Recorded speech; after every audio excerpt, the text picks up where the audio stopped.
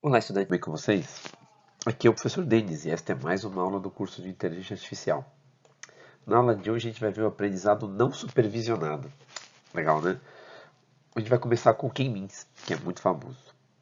A bibliografia para a aula de hoje é o curso de Inteligência Artificial de Stanford, que está nesse link, e também a biblioteca Scikit-Learn desse link, que é de onde a gente vai tirar os comandos para fazer o K-Means. Vamos lá? Bom, o que a gente já viu nesse curso prático de Inteligência Artificial? A gente já trabalhou muito com aprendizado supervisionado, especialmente com redes neurais, mas também com previsores lineares, né? A gente implementou, treinou e testou rede neural para fazer regressão linear, para fazer classificação binária, para fazer regressão não linear e classificação multiclasse. Então, se você está interessado nesses temas, olhe as aulas anteriores. A gente aprendeu a criar, salvar e carregar datasets do formato H5, né? Que é um formato muito poderoso.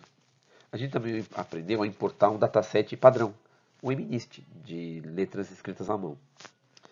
Também a gente aprendeu a salvar e carregar a rede já treinada. Então a gente não vai fazer isso nessa aula, mas a gente poderia fazer se quisesse com qualquer rede do Keras. A gente até agora tem usado o Python com o TensorFlow e o Keras, mas nessa aula a gente vai usar uma outra biblioteca. Então a gente vai começar um aprendizado não supervisionado dessa vez. O que significa que a gente vai treinar e testar um algoritmo de clusterização, que classifica os dados só pelas entradas, sem conhecer os seus rótulos, sem saber esse tipo de, sem saber que respostas ele teria que dar, como a gente precisa para treinar uma rede. Então a gente vai começar com o K-means, que é muito simples, mas já é bastante poderoso. Lembrando que ele não se trata então de uma rede neural, certo? A gente vai trocar nossa biblioteca agora pelo sklearn, ok? Para continuar aprendendo outras formas de acessar os dados, a gente vai dessa vez trabalhar com um dataset em .csv. .csv é uma extensão muito usada para planilha eletrônica ou para arquivos TXT de dados. Então é interessante que você pode digitar o seu dataset no arquivo externo, carregar ele no Google Colab e rodar.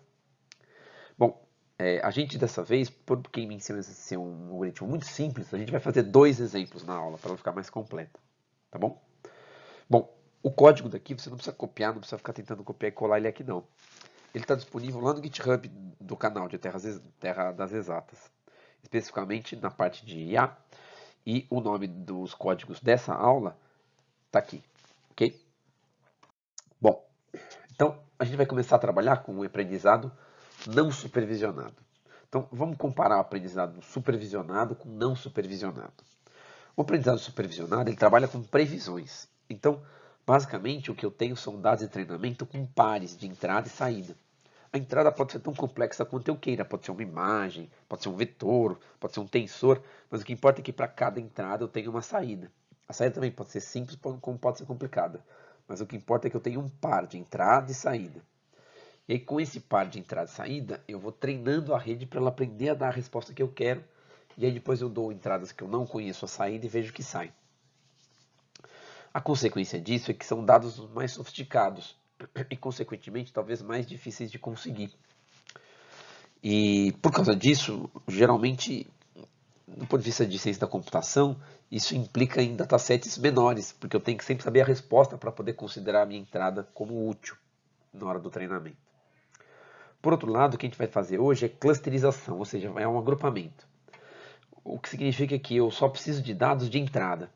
Então, o algoritmo que a gente vai aprender hoje vai aprender a identificar semelhanças nas entradas e classificar elas por essas semelhanças. Por causa disso, a gente só precisa das entradas. A entrada pode ser complicada, como imagens ou tensores, ou números simples, como a gente vai usar aqui. Mas por serem só entradas, o acesso a esse tipo de informação é maior e, consequentemente, eu poderia usar datasets muito mais grandes, muito mais cheios de informação e talvez criar algoritmos de clusterização melhores até do que aqueles de rede neural que foram treinadas por supervisão. Tá bom? Bom, então, tentando resumir a ideia aqui da coisa, num diagrama, o objetivo da clusterização, então, é encontrar semelhanças nas entradas e agrupá-las. Essas semelhanças vão treinar o nosso algoritmo. E depois, quando der uma nova entrada, ele vai olhar para ela e falar, olha, essa entrada parece com aquele grupo, e vai classificar ela lá naquele grupo. Então a gente vai começar com dados de treinamento que têm apenas entradas. Por exemplo, pares de números, coordenadas x, y. Então aqui nesse nosso pequeno exemplo, a gente está entrando com 8 números, que estão obviamente agrupados em 2 clusters.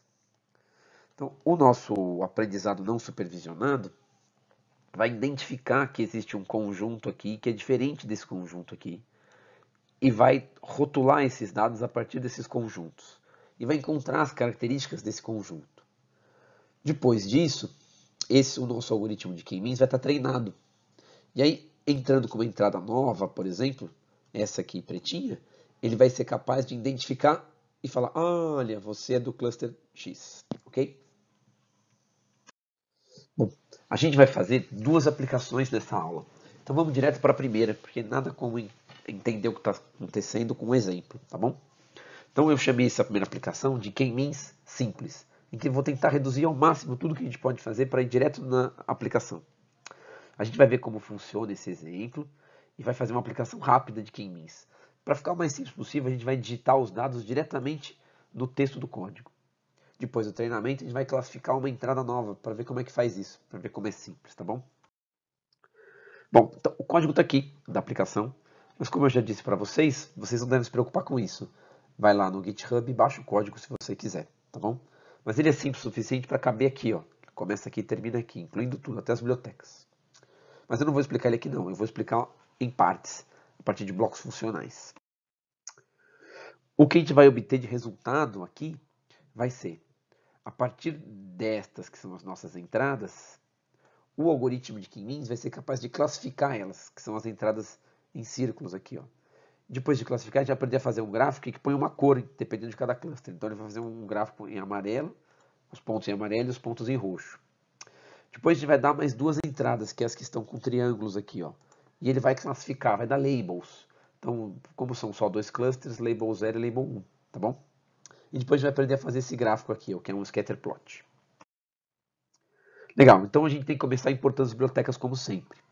A gente vai usar o NumPy, porque a gente precisa trabalhar com vetores de dados. O Matplotlib, porque a gente vai fazer gráfico usando ele. Só que agora a gente não vai mais usar o Keras. A gente vai usar o sklearn.cluster.kmeans, ok? Como a gente só vai usar o que está dentro do K-means nesse sklearn cluster, então eu decidi importar ele de uma outra forma. Em vez de usar o import sklearn cluster, e aí tem que ficar escrevendo isso toda hora, usando o apelido, não, eu vou importar assim, ó, from, aí eu digo qual é a biblioteca, e depois peço para importar o comando, porque eu só vou usar um comando dessa biblioteca inteira, tá bom? Então ele vai importar esse comando aqui, e sempre que eu usar ele, ele sabe que é dessa biblioteca. Então basta escrever isso aqui que já vai funcionar no meu código. As outras eu vou continuar mantendo assim para poder usar todos os comandos da biblioteca que eu quiser, tá bom? Bom, então, como eu falei para vocês, a gente vai digitar o nosso dataset, a gente vai digitar aqueles parezinhos de números. Então, para poder digitar esses pares de números, a gente vai usar o comando np.array. Cuidado para não se confundir, tá bom? Esse parzinho, menos 1 e 2, não é que a entrada é menos 1 e 2 é a saída. É um par de entrada. Cada entrada é um parzinho, porque eu vou fazer um gráfico bidimensional. Vou colocar um ponto num gráfico x1, x2, tá bom? Então é tudo x aqui, não tem y nessa entrada. Quem vai me dar os y, os labels, é o algoritmo de K-means, tá bom? A gente vai usar o NumPy, porque ele já tem esse comando. E aí, como eu quero escrever uma matriz desse jeito aqui, ó, que cada linha é uma entrada, e tem 2 colunas, então eu tenho que abrir parênteses para usar o comando, abrir o primeiro colchete, e dentro desse colchete ir colocando novos colchetes. Então ele cria a primeira linha, vírgula, cria a segunda linha, vírgula, cria a terceira linha, e assim por diante. São 8 dados, então são 8 linhas. Depois de digitar a última linha, eu fecho o último colchete e fecho o parênteses do comando. Se você quer ver se ficou certo, usa o print x, tá bom? E isso vai imprimir as entradas para verificar se está tudo bem. Bom, depois a gente já vai usar o comando que identifica as semelhanças entre os clusters e cria e treina, vamos dizer assim, o nosso algoritmo de K-means. Então, como eu falei, a gente só vai usar um comando. O comando que a gente vai usar é o kmeans.fit. Então, o que a gente vai fazer? A gente vai digitar kmeans, dizer que é igual ao kmeans, abre e fecha parênteses. Aqui eu vou colocar os parâmetros da entrada, ponto fit, isso faz tudo parte do comando, e aqui eu coloco os dados de entrada, ok? Então aqui é o dataset que eu acabei de criar. Se você tivesse importado alguma coisa assim, aqui você entraria com ele. A informação importante que está sendo entrada aqui é o número de clusters. Então o nosso algoritmo ele não é capaz de identificar o número de clusters. Você pode talvez varrer o número de clusters e usar algum parâmetro para identificar qual seria o mais interessante. Mas nosso algoritmo imagina que você sabe essa informação, tá bom? Todos os outros parâmetros, ele tem um monte, o k-means, a gente está deixando tudo como default, ok? Se você quiser mais informação sobre esse comando, entra nesse site aqui. Bom, então a gente já agrupou. O k-means que está aqui, essa instância que foi criada, já conhece os grupos. O que eu vou fazer agora é digitar os dados de teste. Então eu vou pegar outros dois números que não pertencem àquele conjunto.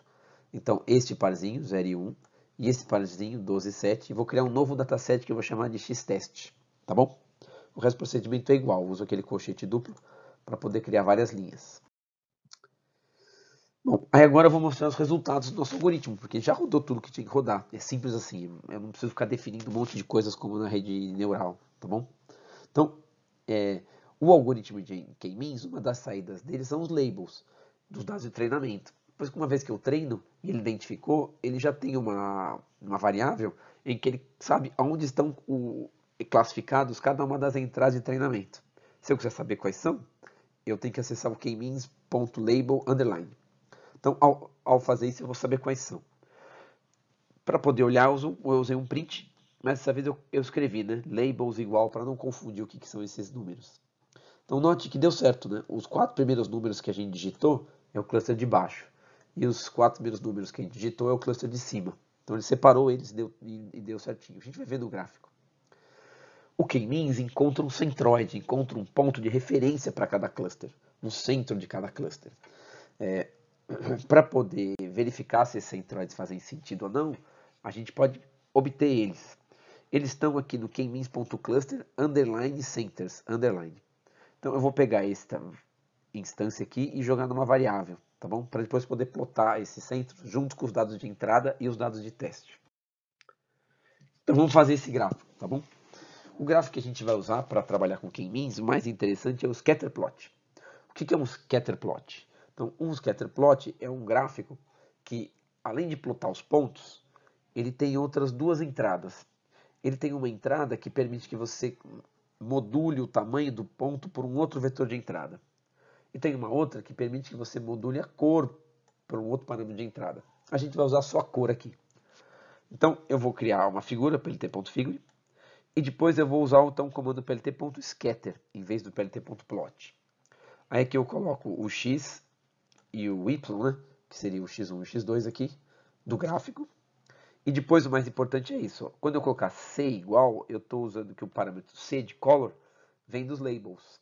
Okay? Então ele vai ajustar as cores pelos labels do k-means. Não confunda com esse label aqui, que é o label do plot, tá bom? Esse label é um texto que eu coloco aqui para quando eu der o plt.legend, ele relacionar esses pontinhos aqui com a informação que eu quero e escrever que as bolinhas são os dados de treinamento, tá bom? Depois eu tenho que fazer um plot dos centros. Eu não preciso usar um scatter para isso, porque ele não tem a ver com a cor. Então eu simplesmente dei um plt.plot. E aí pedi para plotar todos os centros, ou seja, centros, abre colchete, todos, vírgula, o primeiro, 0. E depois todos os centros, vírgula, o 1. Então, como nessa variável centros eu tenho a coordenada x1 e x2 dos centros, eu ploto as coordenadas x1 e x2, tá bom? Eu pedi para plotar com pontos em vermelho e na forma de xzinho. E coloquei esse label aqui. E tá aqui, ó. Esse xzinho aqui é o centro desse cluster e esse xzinho é o centro desse. Ficou bom, né? Tá vendo? Esses centros realmente são representativos em relação ao conjunto de entrada de treinamento, que são as bolinhas. E aí, por fim, eu pedi para fazer também no gráfico um outro scatter dos dados de teste. Então, os dados de teste estão marcados com uma marca do tipo triângulo, tá vendo? E aí, claro que o C vai ser o C do predict do xtest, tá bom? Note então que eu não tenho as previsões do conjunto de teste. Quem vai me dizer quais são os labels do conjunto de teste é esse comando aqui, ó, k-means.predict, certo? Então dentro dessa linha tem um monte de informação, né? Sempre que eu quiser saber quais são os labels de novos dados, eu uso o k-means.predict, que ele usa o treinamento anterior para fazer essa previsão. Isso aqui é uma espécie de cluster, né? Tá bom? É uma classificação. E ele classificou bem, ó, o triângulo aqui de baixo ele jogou nesse cluster, e o triângulo aqui de cima ele jogou nesse. Observe as cores que estão batendo, tá bom? Se tivesse errado, ele colocaria o cluster de cima como amarelo, né? O triângulo de cima como amarelo, ou de baixo como roxo. Ok? Bom, então vamos rodar agora essa aplicação que a gente viu, que é bem simples, né? Então note que o algoritmo que eu tenho aqui está um pouco diferente do que eu mostrei na aula, porque aqui ele está comentado, tá bom? Mas os comandos fora do comentário estão iguais, certo? E esse comentado você já encontra ali no GitHub. Inclusive a fonte de onde eu tirei algumas ideias, ok? Então, vamos rodar. A gente lembra que rodar no Google Colab não tem segredo, né?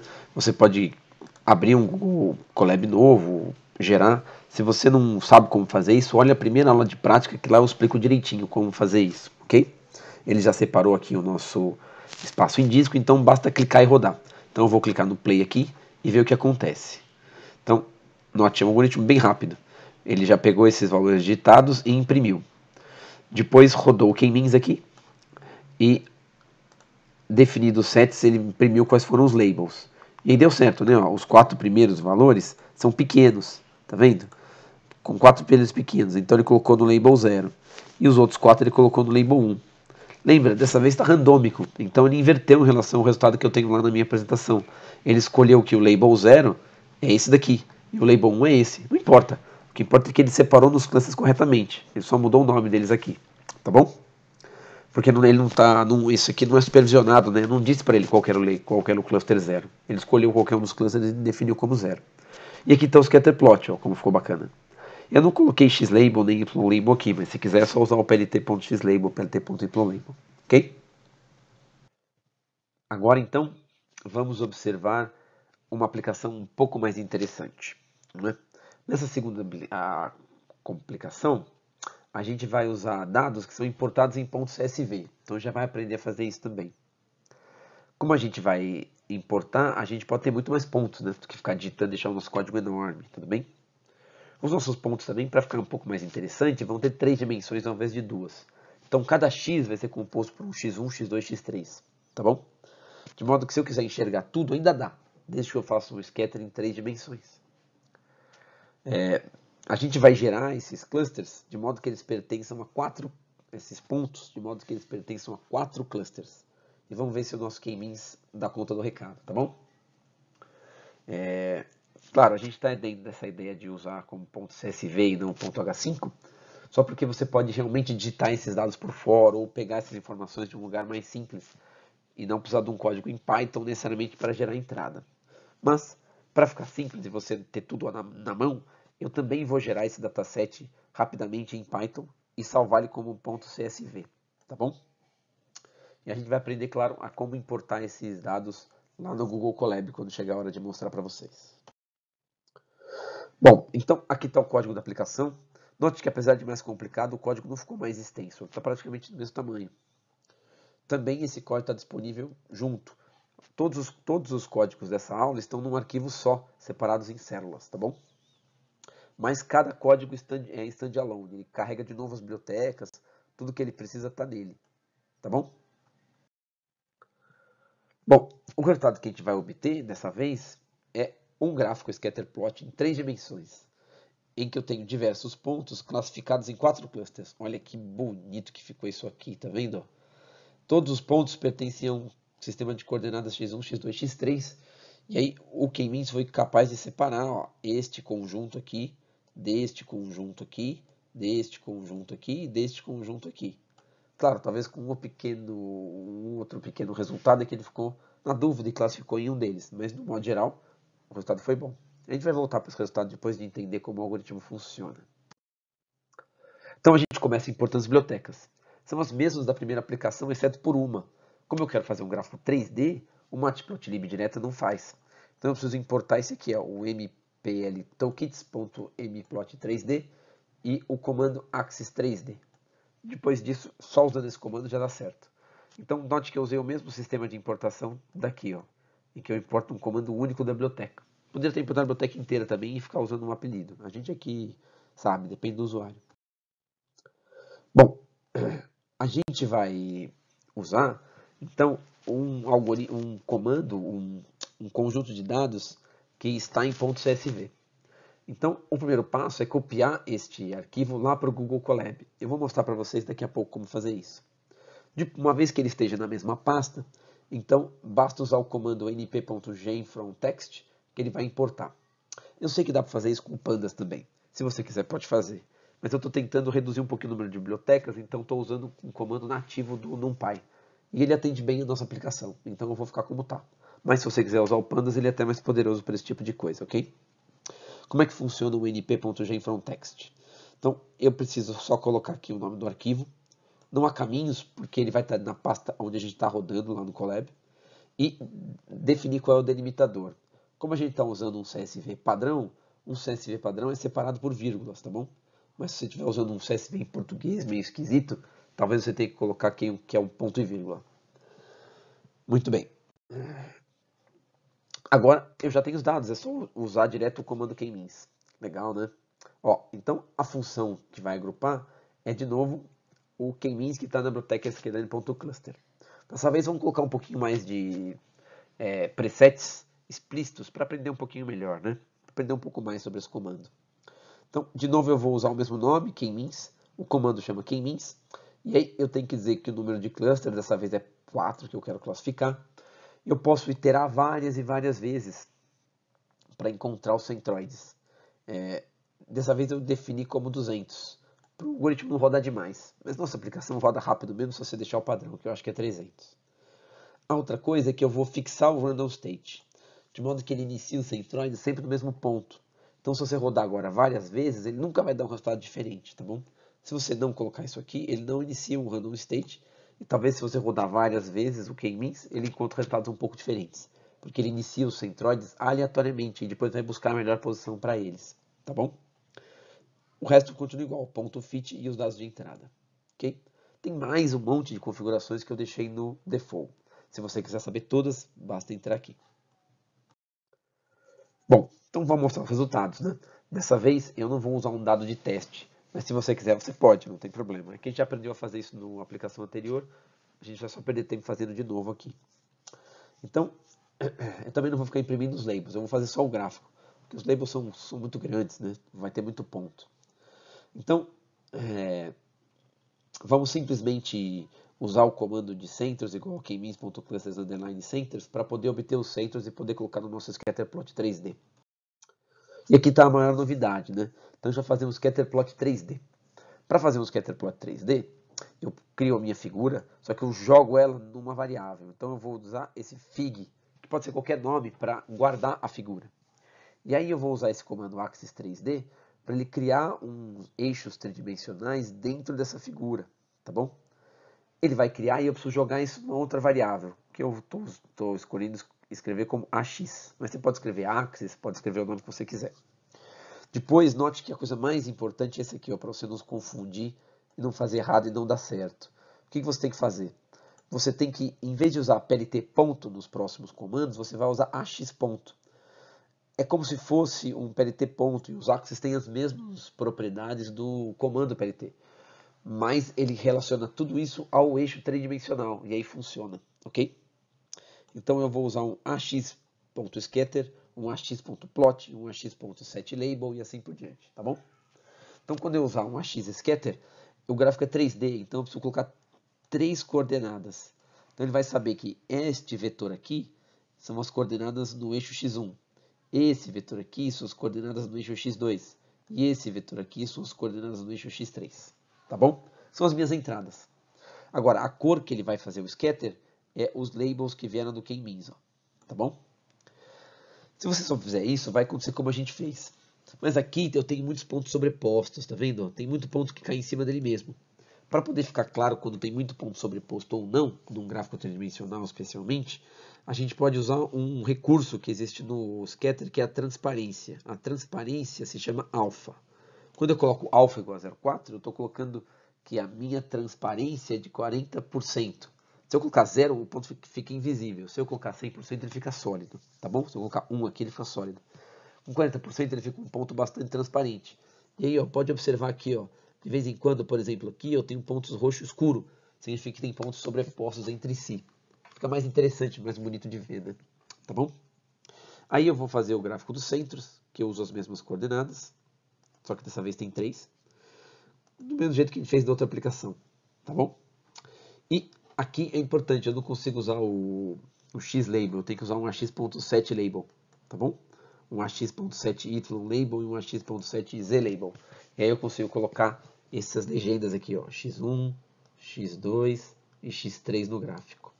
O resto é tudo muito parecido. E aí eu coloco um plt.legend para ele imprimir a única legenda que eu escolhi criar, que é essa aqui do centro dos clusters. Tá bom? O resultado você vai ver aí no seu Google Colab, ou na aplicação que você estiver fazendo, no Jupyter Notebook, por exemplo, um gráfico assim, ó, em tridimensional. Bacana, né? Novamente, se você analisar o resultado, funcionou muito bem, tá vendo? Os pontos estão separados entre os seus clusters, e de fato as cores refletem que grupo que eles pertencem. Talvez exceto esse pontinho verde aqui que está aqui, né? Ok? Mesmo em tridimensões. A força desse algoritmo do K-means não está em separar aquilo que a gente viu na primeira aplicação. Está em separar coisas que tenham 3 ou mais dimensões. A gente parou em 3 dimensões, ou seja, 3 parâmetros de entrada, juntos esses 3, porque é o máximo que eu consigo visualizar num gráfico. Mas imagina que eu estou tentando separar peças e eu tenho um monte de características delas. Eu tenho largura, comprimento, peso, uniformidade, desvio padrão de alguma coisa. Eu tenho um monte de informações. Então eu posso pegar essas peças e pedir para o K-means agrupar elas baseado num sistema de 10 dimensões, 20 dimensões, que o algoritmo funciona do mesmo jeito. E ele vai classificar para a gente, você vai poder ver que peças, por exemplo, estão fora do subgrupo e provavelmente são peças defeituosas, ou que tem um tipo de defeito em relação ao outro tipo de defeito, e assim por diante. Interessante, né? Tem bastante aplicação em CEP K-means. Bom, aqui como prometido tem um pequeno extra, tá? A aplicação de K-means acabou. Mas se você quiser gerar o seu CSV em Python e não digitar ele numa planilha, basta usar esse pequeno código. Eu escolhi gerar com amostras aleatórias. Então, o nosso código tem 100 pontos, tá bom? Significa que ele tem essas 100 amostras aqui, ó. Depois, como eles são uma distribuição normal ou gaussiana, eu preciso dar a média do desvio padrão dela. Eu escolhi gerar amostras, então, em 3 dimensões, 3 coordenadas. Então, eu preciso dar a coordenada da média e a do desvio padrão, para cada coordenada. Eu fixei o desvio padrão numa variável e passei ela igual para todo mundo, tá vendo? De modo que eu deixo todos os conjuntos mais largos ou mais estreitos. Se eu puder colocar aqui, por exemplo, 0,1, ficam todos os pontos bem concentradinhos nos clusters. Se eu colocar 0,5, eles se espalham e se sobrepõem entre si, tá bom? É um bom teste para o nosso algoritmo. Varia um pouco esse desvio padrão e testa para ver se ficou interessante, tá bom? Bom, no final, então, depois de gerar essa variável data, a partir desses comandos todos em que ele concatena várias distribuições normais randômicas, basta usar o np.saveTxt, dizer o nome do arquivo de saída e dizer que o delimigador é linha. Pronto, ele já fez. Se você quiser ver os dados, você pode usar um print, mas eu deixei comentado aqui porque fica muito grande, 100 pontos, tá bom? Polui muito. Ok? Senão, você pega esse dataset que você digitar usando uma planilha mesmo, salva com .csv. Agora, a gente vai rodar nossa segunda aplicação. Ela depende de um arquivo CSV. Esse arquivo CSV, quando a gente importar, você vai poder olhar ele aqui, ó, arquivos. Note, ele não está aqui, em nenhuma outra subpasta. Então, quando eu executar este trecho, ele vai dar erro. Eu vou executar só para mostrar. Ó, eu vou executar e ele vai dar erro justamente nessa linha. O erro que ele vai dar é dizer que esse arquivo não foi encontrado, ok? Então, o que a gente precisa fazer? Precisa importar ele, certo? Então, o que eu vou fazer? Existem muitas formas de fazer isso, né? Eu posso arrastar o arquivo para cá, que talvez seja a mais simples. Então, eu vou deixar o meu navegador só com uma parte, o meu arquivo está aqui, na área de trabalho. Eu vou pegar ele aqui, vou arrastar para cá e soltar, tá vendo? Ok, ele já trouxe para cá. Difícil, né? Muito difícil. Então, muito bem, ele já está aqui. Aquele aviso que apareceu escrito foi dizendo que isso aqui é temporário. Esse arquivo vai ficar aqui durante um tempo. Quando a gente parar de rodar, desligar o computador, dormir, no outro dia vai sumir esse arquivo e você precisa importar de novo. Então você precisa guardar ele na sua máquina. Se você não quiser fazer isso, tem como você montar o seu Google Drive, ok? E aí é um outro jeito de fazer, que a gente pode abordar em uma outra aula, quem sabe. Bom, eu vou fechar porque eu não preciso mais disso. E agora, quando eu rodar, não vai dar mais esse erro. O arquivo deveria estar lá. Dessa vez ele não está. Vamos ver o que está acontecendo aqui? Olha só, tem um pequeno problema de nomenclatura. O meu dataset tem ponto .csv maiúsculo. Então eu vou fazer essa troca aqui, ó. CSV maiúsculo. Ele é sensível ao case. Agora deve funcionar. Ó, que maravilha. Tá vendo? Toma cuidado, hein? Qualquer bobagemzinha já não funciona. Rodou e não deu erro. Ele importou o dataset inteiro e fez aquele gráfico como a gente explicou. Tá vendo? Ficou bonito, né? Ficou interessante. Ele gera de uma vez. Você pode guardar ele como você quiser. Clica com o direito e manda copiar a imagem se você quiser. Ok? É realmente bastante simples. A gente pode trocar e colocar mais ou menos clusters. Então imagina que eu descrevi errado e peça para ele fazer com 3 clusters. Ele vai ter que dar um jeito de misturar essas informações só em 3 clusters. Então o que ele fez? Ele achou que esses dois dados aqui, que são os mais próximos entre si, é um cluster só. Mas esse cluster acabou ficando tão grande que ele acabou pegando pontos do outro cluster e jogando para cá. Tá vendo? Então toma um pouquinho de cuidado com isso. Escolha a quantidade correta de clusters, né? Ou vá ajustando um por um, tá bom? Como eu já mostrei, se você quiser gerar esse dataset, você pode usar este comando aqui, ó. Quando eu gerar ele, ele vai fazer uma coisa um pouco diferente. Ele gerou um CSV minúsculo aqui, ó. Né? Então, tem os dois agora, tá vendo? Tem o CSV maiúsculo e o CSV minúsculo. Interessante, né? Tá bom? Então, tanto faz. A forma como você escrever aqui é a forma como ele vai salvar, né? Eu vou modificar um pouquinho essas informações aqui só para mostrar para vocês. Ó. Eu vou colocar dessa vez um desvio padrão bem mais alto. Vou gerar esse novo dataset, mas para que ele importe o novo, então eu vou deixar minúsculo aqui, né? Deveria ser tudo igual, mas acabou salvando um como maiúsculo. Eu vou rodar e vocês vão ver que vai mudar bastante. Olha só, misturou tudo, tá vendo? Apesar dos centroides estarem nos locais, ele espalhou tantos pontos porque o desvio padrão é tão grande que agora, coitado do K-means, ele tem que se virar. Mas ele encontra uma solução bem razoável ainda assim. Tá? Olha, o que eu tinha para falar de K-means é isso, então basta agora dar um exercício para vocês. Eu vou já jogar um exercício bastante interessante. Quando se trata de K-means, existe um dataset muito usado, que é o dataset sobre características de um tipo de flor, que chama íris, tá bom? Esse dataset está dentro da própria biblioteca sklearn, ok? Então a gente precisa importar uma biblioteca nova, quer dizer, um comando novo dentro dela, que é o sklearn datasets load iris. Uma vez feito isso, você usa esses dois comandos aqui, ó, iris igual a load iris, e x igual a iris data e y igual a iris target, e você importa o dataset de entradas e importa saídas para depois comparar se o seu K-means está indo bem. Ou use esse dataset para um aprendizado de máquina convencional, um aprendizado supervisionado usando o Keras, por exemplo. Tá bom? Então, o que esses dados possuem são dados em 4 dimensões, então já é bem mais difícil entender o que está acontecendo. Por quê? Porque ele pega a imagem dessas flores, que não são rosas, né? Eu botei uma rosa aqui para ser mais simples. Ele tem informação sobre as pétalas e essas outras partes aqui, ó. Tanto largura como comprimento dela, certo? Então ele tem 4 informações, ó. Largura e comprimento das sepals e das petals. E você vai ter como objetivo separar em 3 clusters, porque a gente sabe que essas medidas vieram de 3 tipos de flores. O tipo setosa, esse outro tipo aqui e esse tipo virgínica, ok? Então, o que eu quero que você tente fazer? Tente importar esses dados usando esses comandos aqui. Esse conjunto vai funcionar. Uma vez que você importe, dá uma olhada nos dados, vê se você entendeu ele. E aí gera um K-means que separa esses dados em 3 clusters. Procura fazer 1 ou 2 gráficos para ajudar você a entender se está tudo certo. Mas nesse aqui eu tenho os dados, eu tenho o resultado. Então você pode comparar um com o outro. Faz algum tipo de subtração ou coloca uma coluna em relação à outra e compara, tá bom? Vai ser muito interessante ver o quanto esse K-means é acurado. A gente não testou a acurácia do K-means nos nossos exemplos, porque a gente gerou dados só de entradas. Aqui, como eu tenho as saídas, eu posso comparar. Então, façam isso para esse exercício. E é isso. O que eu tinha para apresentar para vocês na aula de hoje foi isso. Eu espero que vocês tenham achado interessante e percebido que aprendizado não supervisionado não é um bicho de sete cabeças. Geralmente ele é até mais simples de implantar do que o aprendizado supervisionado, né? Até mais e bons estudos.